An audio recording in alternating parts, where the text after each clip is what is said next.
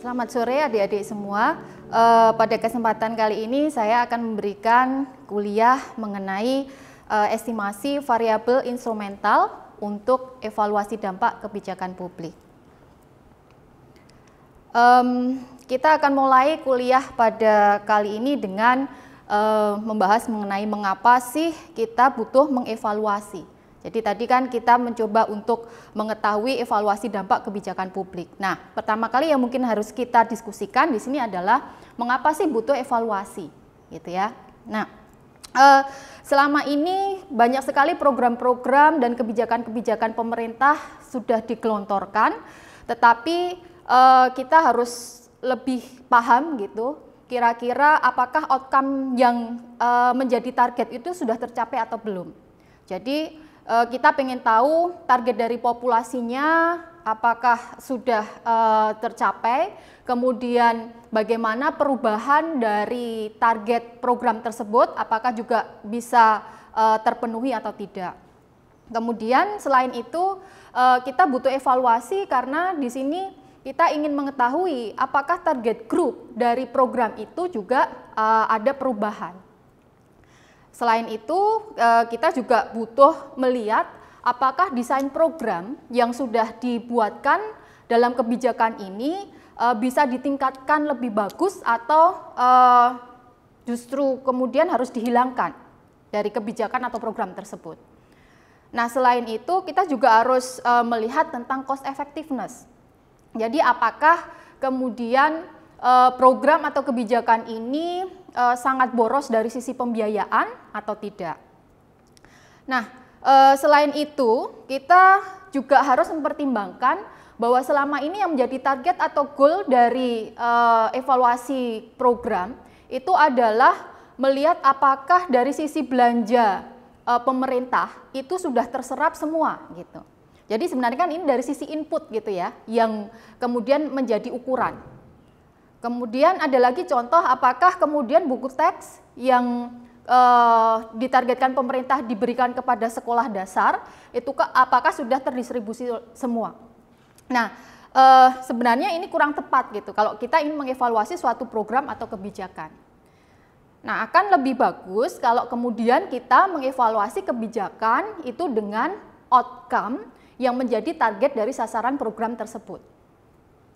Nah, disinilah kemudian penting mengenai evaluasi dampak kebijakan publik atau biasa kita kenal dengan impact evaluations. Di sini sebenarnya kita berdasarkan dari evidence based policy making. Jadi dari satu riset, dari satu penelitian yang kemudian menghasilkan analisis, menghasilkan rekomendasi bahwa kemudian policy atau kebijakan ini bisa dilanjutkan atau tidak. Nah, evaluasi kebijakan yang bagus itu seperti apa? Kemudian bagaimana desainnya, gitu ya. Jadi di sini sebenarnya yang menjadi penekanan dalam impact evaluation yang berbeda dengan monitoring atau evaluasi yang lain adalah kita membutuhkan adanya counterfactual.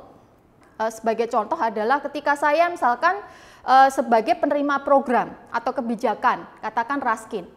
Saya akan diukur dampaknya. Apakah dengan mendapatkan Raskin setiap bulannya, kemudian saya menjadi lebih sejahtera. Nah, kemudian yang idealnya evaluasi dampak kebijakan itu adalah membandingkan ketika saya tidak dapat Raskin. Jadi dalam waktu yang bersamaan, itu adalah hal yang tidak mungkin mengukur ketika saya dapat Raskin dan ketika saya tidak dapat Raskin. Kemudian diukur outcome-nya, yaitu kesejahteraannya. Nah, karena ini tidak mungkin, maka yang sangat penting lagi di sini untuk evaluasi dampak kebijakan yang bagus adalah bagaimana men-set up counterfactual tadi, gitu. Nah, untuk sampai ke evaluasi dampak kebijakan publik, kita harus mencoba mendesain research questions, yaitu kita fokuskan kepada pertanyaan kebijakan yang penting. Nah, pertanyaan kebijakan yang penting di sini harus memuat paling tidak 3 unsur. Yang pertama adalah bahwa di situ ada intervensi. Apa intervensinya? Intervensi biasanya adalah berupa program atau kebijakannya. Yang kedua adalah berupa outcome yang akan diukur. Jadi misalkan intervensinya itu adalah nanti bantuan operasional sekolah gitu ya, subsidi sekolah. Kemudian outcome yang akan diukur adalah educational attainment, yaitu seberapa besar efeknya terhadap prestasi siswa dengan mereka mendapatkan BOS.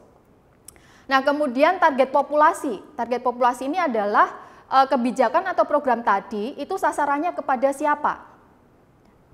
Nah, dalam kasus BOS tadi mungkin sasarannya adalah kepada anak-anak sekolah, yaitu di pendidikan dasar. Kalau Raskin tadi sasarannya adalah keluarga-keluarga miskin yang hidup di bawah garis kemiskinan. Jadi paling tidak harus ada 3 hal yang harus terpenuhi. Nah, kemudian kita mencoba untuk mendesain metodologi dengan memilih alat yang paling tepat untuk analisis dari evaluasi dampak kebijakan ini. Nah, di dalam presentasi sebelumnya Pak Elan sudah menyampaikan bahwa satu standar analisis evaluasi dampak kebijakan yang bagus atau kita sebut dengan istilah gold standard itu adalah randomized control trial (RCT). Ya, di sini kita akan mendapatkan metode bagaimana mengevaluasi dampak kebijakan untuk mendapatkan causal effect dengan cara eksperimen yang acak. Tetapi ada kemungkinan kan pemberian intervensi itu tidak random. Nah, misalkan apa? Misalkan di sini ada masalah endogeneity. Ya, kenapa ada masalah endogeneity? Karena mungkin ada beberapa karakteristik khusus yang bisa diobservasi atau tidak bisa diobservasi gitu ya, yang berhubungan dengan outcome nantinya. Nah, yang kedua adalah ada masalah misalkan unobserved individual heterogeneity. Yang ini biasanya ada self-selection bias. Nah, alat atau metode yang kemudian ditawarkan itu adalah instrumental variable estimation atau biasa kita kenal dengan istilah IV. Nah, IV di sini bisa dipakai untuk mengisolasi dari masalah treatment tadi, di mana ada hubungan gitu ya antara independent variable dengan unobserved karakteristik yang mempengaruhi outcome. Nah, IV ini juga bisa menyelesaikan masalah selection bias di dalam partisipasi. Nah, instrumen yang kita pergunakan di sini harus berhubungan kuat dengan program atau variable treatment tadi gitu ya, tetapi tidak berhubungan dengan unobserved karakteristik yang mempengaruhi outcome.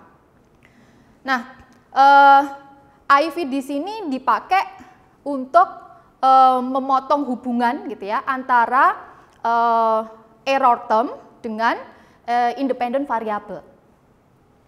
Untuk melaksanakan estimasi dari IV, kita membutuhkan suatu instrumen. Nah, tadi syarat instrumen adalah paling tidak 2 ya, uncorrelated with U, kemudian partially atau sufficiently strongly correlated atau berhubungan kuat dengan variabel dari yang ditreatment. Nah, untuk lebih jelasnya, mari kita lihat evaluasi dampak dari bantuan operasional sekolah terhadap prestasi siswa. Dalam hal ini kita ukur dengan nilai ujian anak, ya, nilai ujian dari ujian akhir nasional atau Eptanas atau UAN, apapun yang anak itu di level kelas 6 SD. Nah, ini sedikit tentang latar belakangnya. Kita melihat GDP per kapita Indonesia sekitar kurang lebih 2.800-an US dollar. Kemudian kita lihat juga penduduk kita, ini di tahun 2010, 116 juta jiwa penduduk kita, kurang lebih 49%-nya itu adalah berada di bawah standar World Bank, yaitu $2 per person per day. Secara net enrollment rate-nya adalah kurang lebih 70%, di sini sebenarnya adalah masih cenderung rendah gitu ya.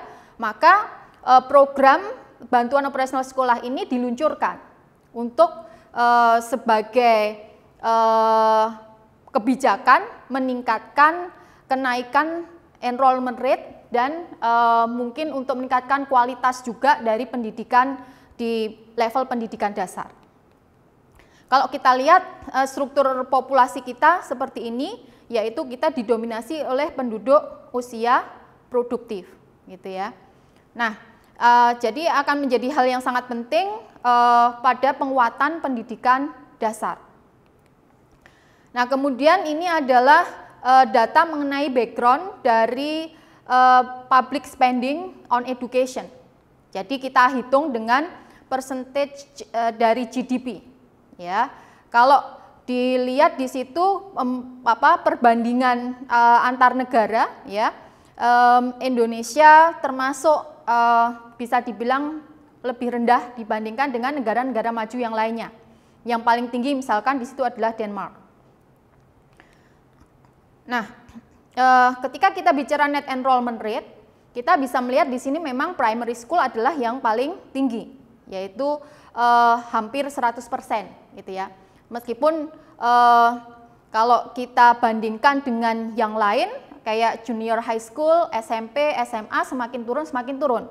Bahkan ketika kita bandingkan dengan net enrollment rate pada level pendidikan tinggi. Nah, supaya bisa menaikkan net enrollment rate ini tadi, maka BOS ini kemudian diluncurkan.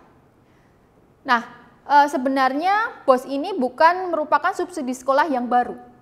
Karena secara histori kita pernah mempunyai berbagai macam program kebijakan mengenai subsidi sekolah.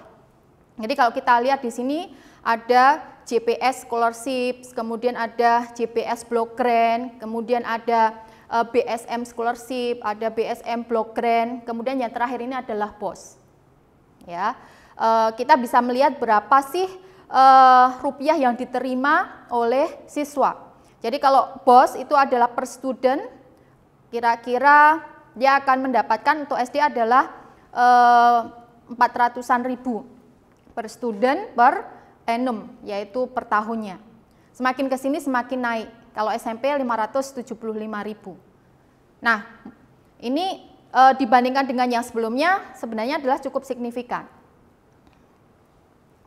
Nah, dari background yang tadi sudah saya sampaikan, sebenarnya ada tujuan penelitian yang ingin dicari jawabannya, yaitu untuk menginvestigasi dampak dari bantuan operasional sekolah tadi terhadap performance siswa yang akan diukur dengan nilai ujian, gitu ya.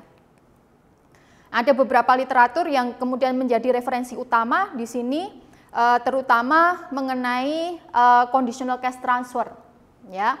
Yang sangat terkenal sekali adalah program Progresa di Meksiko.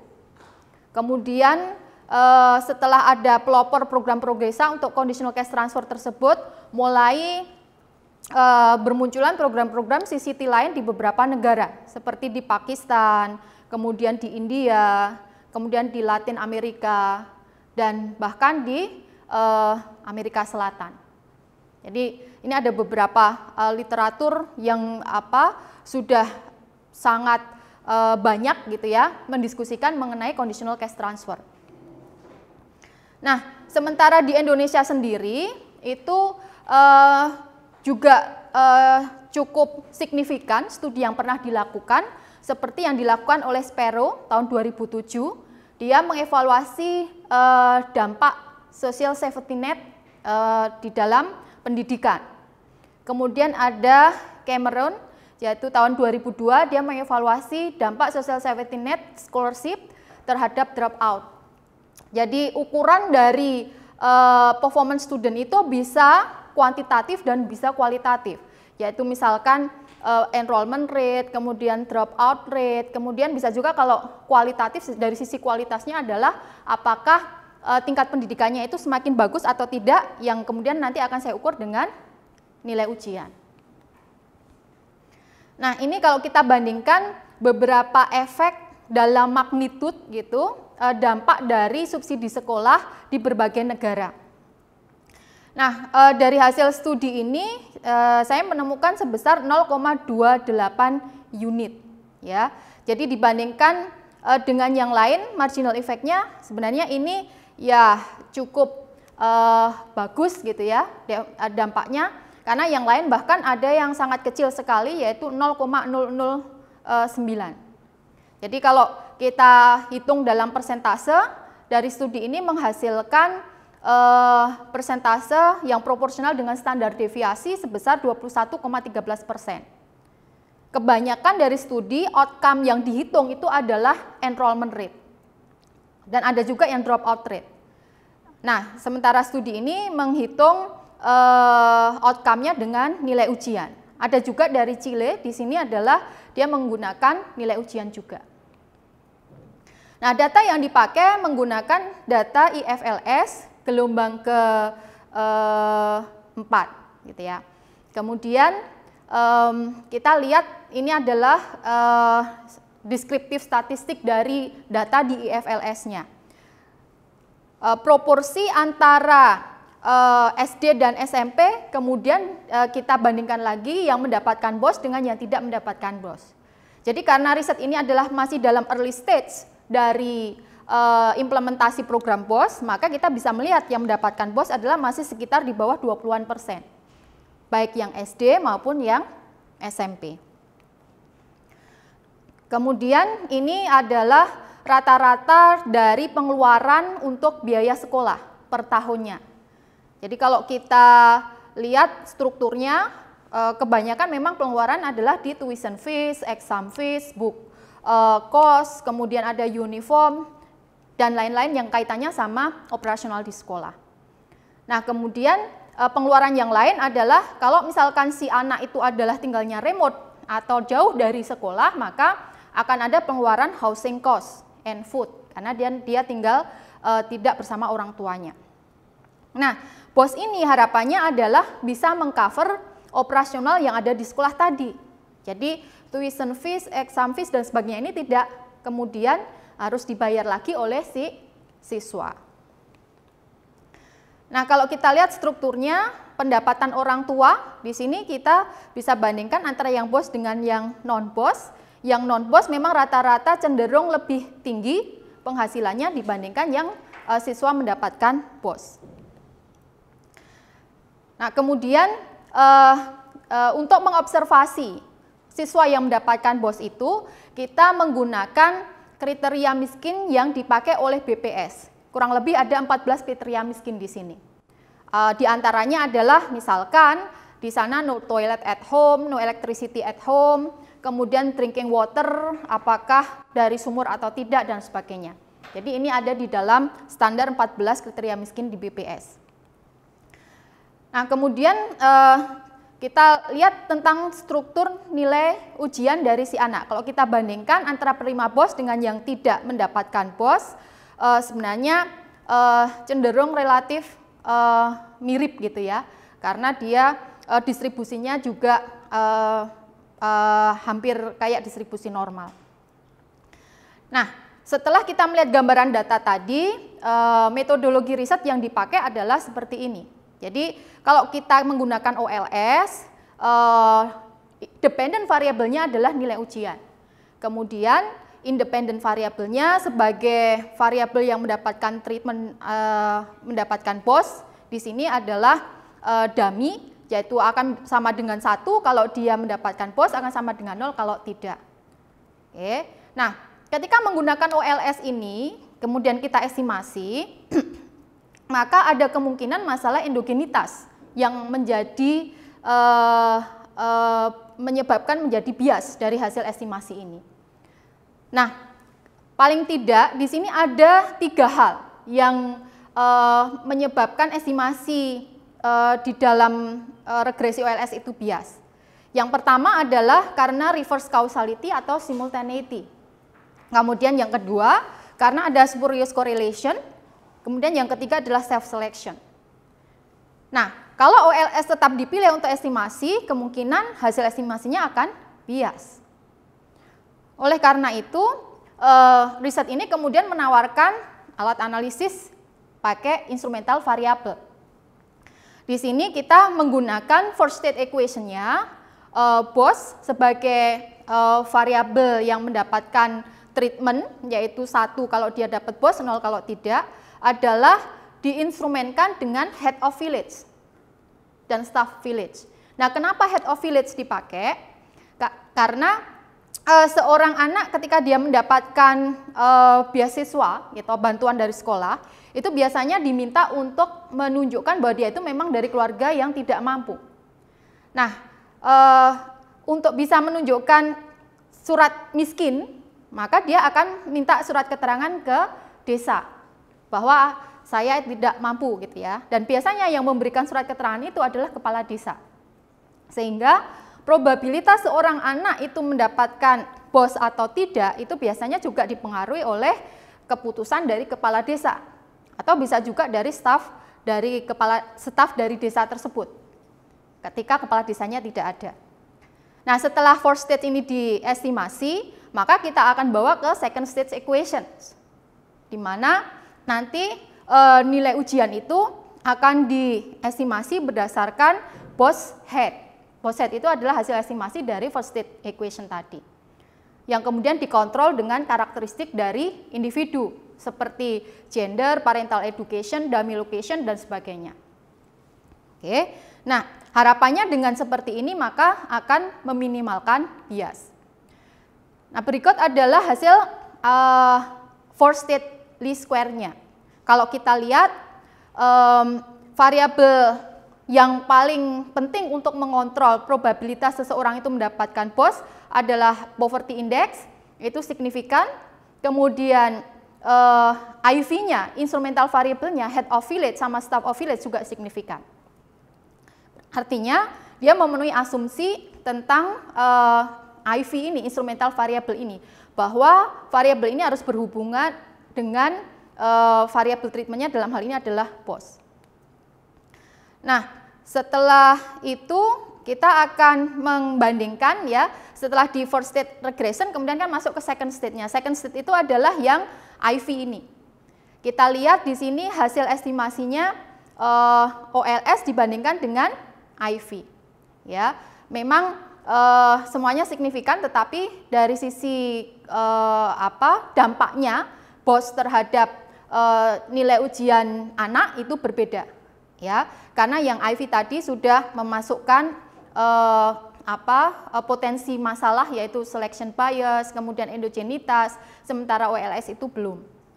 Dan hasilnya memang berbeda. Nah, kalau kita hitung gitu ya, dampak BOS terhadap nilai ujian berdasarkan kriteria miskin atau poverty index tadi. Jadi kita lihat di sini gap-nya ya. Kalau yang memenuhi kriteria miskin hanya 1, itu gap dari nilai ujian itu hanya sebesar 0,32. Nah, semakin ke atas memenuhi kriteria miskinnya, ternyata gapnya itu semakin besar. Artinya harapannya ini adalah betul-betul siswa ini mendapatkan manfaat dari BOS tadi, gitu ya, sehingga dia bisa fokus belajar, tidak lagi memikirkan biaya sekolahnya.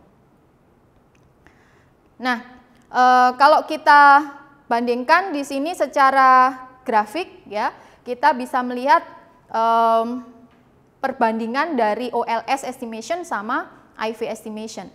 Ya, yang gapnya yang di dalam IV itu lebih tinggi, yaitu yang berwarna hijau, sementara yang OLS itu gapnya cenderung lebih rendah. Nah, secara keseluruhan penelitian yang saya lakukan tadi memberikan kesimpulan bahwa dalam tahap awal implementasi dari program subsidi sekolah, yaitu bantuan operasional sekolah ini, secara umum adalah sukses meningkatkan prestasi siswa, yaitu di sini dihitung oleh nilai ujian.